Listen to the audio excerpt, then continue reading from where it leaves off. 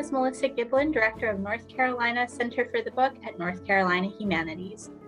The North Carolina Center for the Book is a collection of North Carolina Humanities literature and reading programs. Using a variety of formats and initiatives, North Carolina Center for the Book literary programs celebrate and promote the vital importance of books, reading, libraries, and North Carolina's literary heritage. We are excited to continue our partnership with Erik Jones and the Erik Jones Foundation to encourage reading. During a #ReadWithErik event on his Facebook page in February, Erik featured Excellent Ed by Stacy McAnulty. You can learn more about Erik and his foundation by visiting erikjonesracing.com/foundation. With the second book in the series being Excellent Ed, North Carolina Humanities is excited to have author Stacy McAnulty with us today for an exclusive interview. Stacy McAnulty is an award-winning children's book author who used to be a mechanical engineer and who dreams of someday being an astronaut or a dog therapist or a coach for the Green Bay Packers.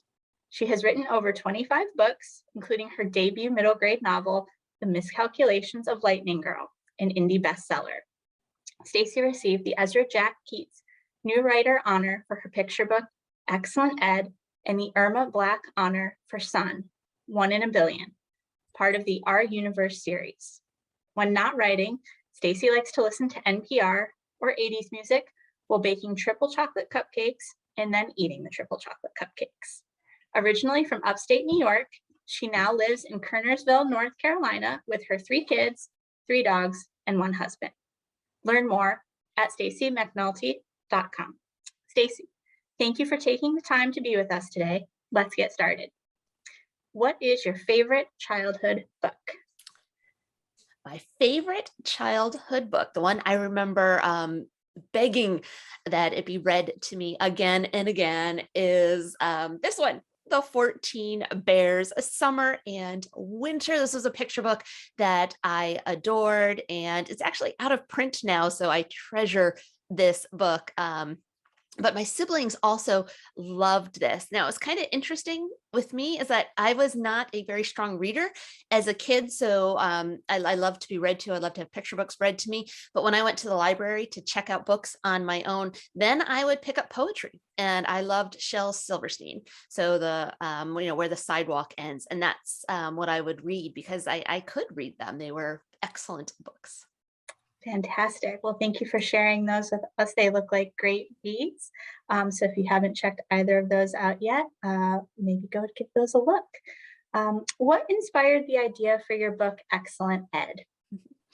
So Excellent Ed, what happened is, as we mentioned, I am the mom of 3, and my youngest is a boy named Henry.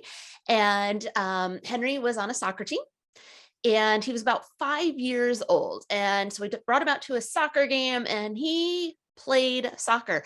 He played in that way where he's looking at the clouds and twirling around and just being very goofy.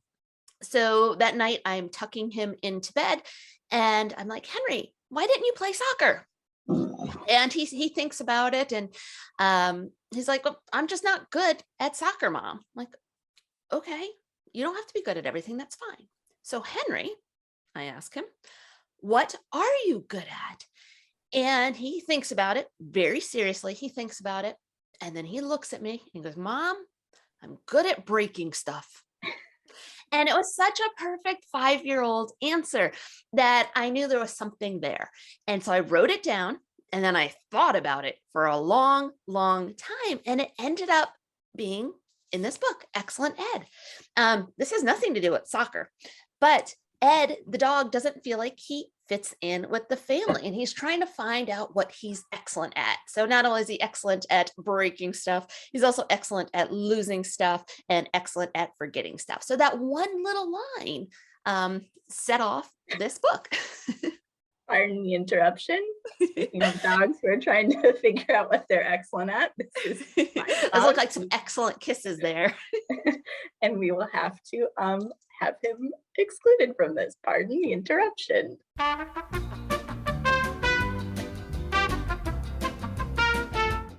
Well, thanks so much for sharing the story about your son, Henry. It sounds like it was very fun finding for his journey what he was excellent at, and I'm glad to hear that one of your kids inspired your book just by, feeling like maybe they weren't that great at soccer, but they were really excellent at breaking things. If you met your character in real life, either any member of the Ellis family, or if you met Ed in real life, what would you say to him? Well, if I met Ed, I would do oh, you're such a good boy. You're such a good boy. I love you so much. Because that's the way I talk to my dogs.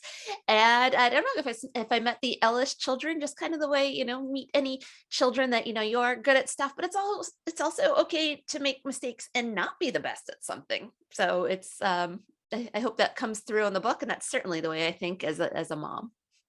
Yeah, absolutely. I feel like the Ellis children have really good reinforcement about all of their hobbies and all of the things that they're good at. So that definitely comes through that they are successful at whatever they put their mind to. If you could tell young readers anything, what would you tell them?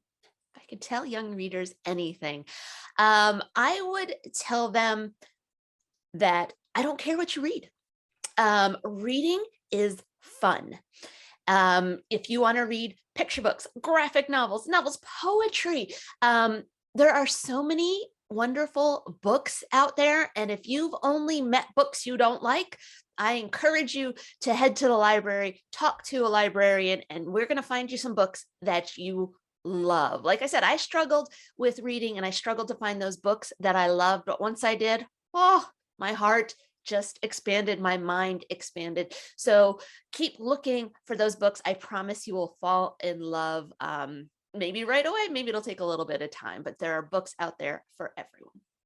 Yeah, thank you for sharing. That's a great piece of advice. I think that's the best part about reading is that there is something for everyone. Reading can cover any subject, any time period. There's just anything that you can possibly imagine can be covered by a book. And that's a great segue to talk about heading to the library because we love to highlight libraries across the state. And we are hoping that you can tell us what your favorite library memory is, or if there is a public library in your community that you would like to highlight for us.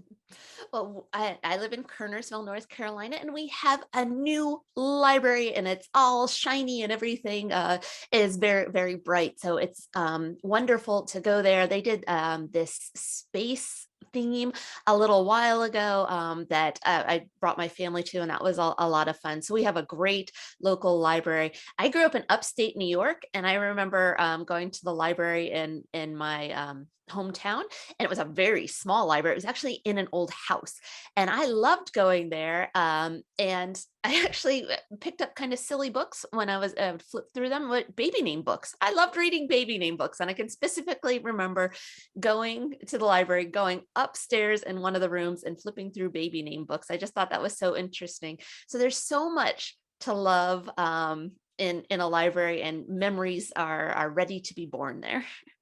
Yeah, fantastic. And I'm glad to hear Kernersville has a new library. So if you're around that area, go check out the library space there. Or if there's a library in your community that you haven't yet gotten to, or if it's just your favorite library, definitely go check it out. We love our local libraries. So, are you working on anything at the present that you would like to share with your readers? What new and upcoming projects do you have? Yes, I'm always working on stuff. I like to tell kids that being an author is like having homework all the time. I always have something due. So this morning, like right before we started this recording, is I sent off what they call back matter. That's the stuff at the back of the book with all the extra information. I sent off my back matter about a new book, Pluto, about Pluto. So I put in, I was working on that this morning. So doing a little bit of research and a little bit of writing and sending off that homework. So I'm excited. Pluto will be available next year. Fantastic. Well, and hope we can look forward to seeing Pluto in 2023 and reading all about it and learning all about the dwarf planet or planet. I'm not Yes, sure what dwarf planet. dwarf Exactly. planet. Okay, fantastic. Is there anything else that you'd like to add or say? No, this has been great. Thank you so much for having me. Thank you for reading. Excellent Ed. This was one of my very early picture books. It was like my second book. I'm very proud of this. And my oldest daughter says this is her favorite book that I've ever written. And I've written 30 books now. So this is her favorite. So it's a joy to share it with everyone. Fantastic. Well, thank you so much. We are so appreciative that you were able to take the time to speak with us today. And we do hope our readers enjoy Excellent Ed as well as some of your other works. If you'd like more information about North Carolina Humanities and our programs like this, which is called Read for the Lead, please head to our website at www.nchumanities.org. Thanks again, Stacy, for joining us today. Thank you.